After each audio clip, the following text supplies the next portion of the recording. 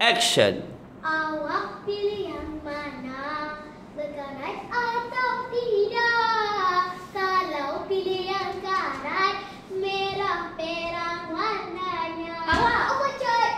Apa awak ni? Dari tadi saya dengar awak menyanyi je kerja. Saya suruh dia hibur lah. Dia hibur tentang apa? Mesti tentang pengalatan kan? Tuan kamera lah, cepatlah. Yelah. Hai kawan, Assalamualaikum dan salam sejahtera. Hari ni kami nak buat eksperimen tentang pengaratan. Bersama dengan saya Zahra. Saya Kaisara. Bahan-bahan yang kita perlukan ialah cuka, bekas, penyedut minuman, skru, kepihan kaca, gigi sate dan paku, juga dengan kapas. Pertama sekali, kita akan meletakkan kapas ke dalam bekas. Lalu curahkan cuka ke kapas. Curah. Letakkan kapas ke atas meja. Lalu susunkan straw, penyedut minuman, lidi sate, paku, kepihan kaca dan skru. Lalu gulung-gulungkan setiap bahan dengan kapas dan tunggu selama 5 hari. Tapi buat apa kita nak tunggu kalau kita ada kotak ajaib? Letakkan kapas ke dalam bekas ajaib dan pim-pim-pau. Wah. Dah tunggu dah 5 hari dah kan? Maksudnya.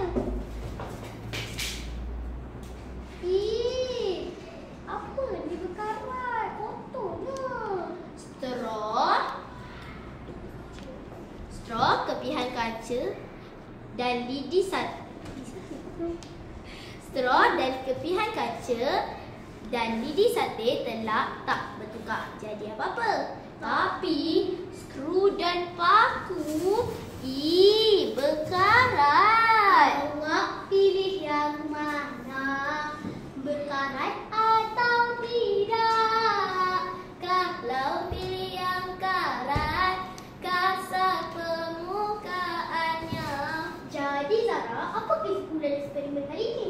Kesimpulannya, bahan yang berkarat akan menjadi kasar dan menjadi merah perang. Apapun cara si berkarat, sebelumnya licin berkilat, Terdedah kepada air, terdedah pada udara.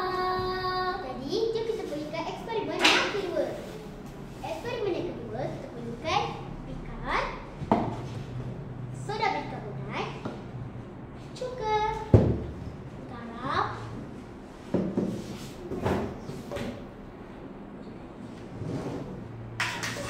dan sudu. Mula-mula, kita letakkan 100 ml cuka ke dalam ikan.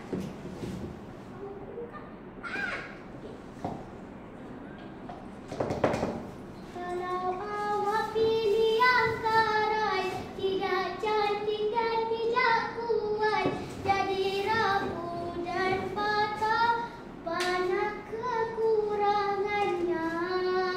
Seterusnya, letak 3 sudu besar garam,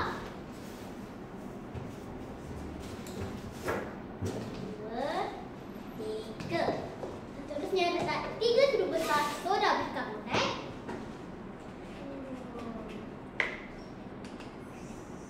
1, 2, 3. Kacau-kacau acuan tersebut. Kalau boleh, kacau lebih lama lah.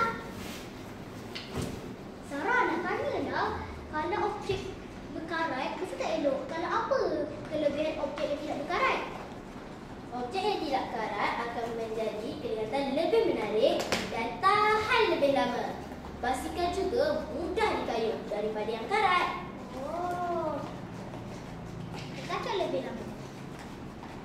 Allah mana, berkarat atau tidak.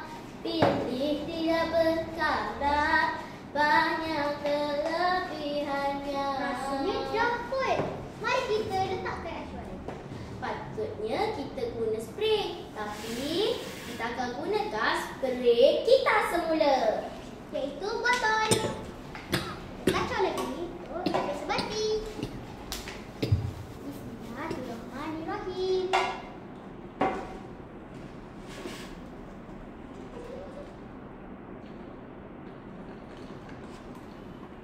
Rasanya dah cukup.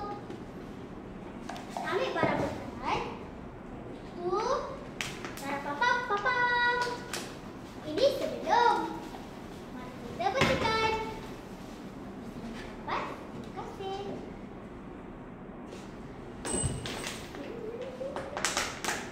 Tidak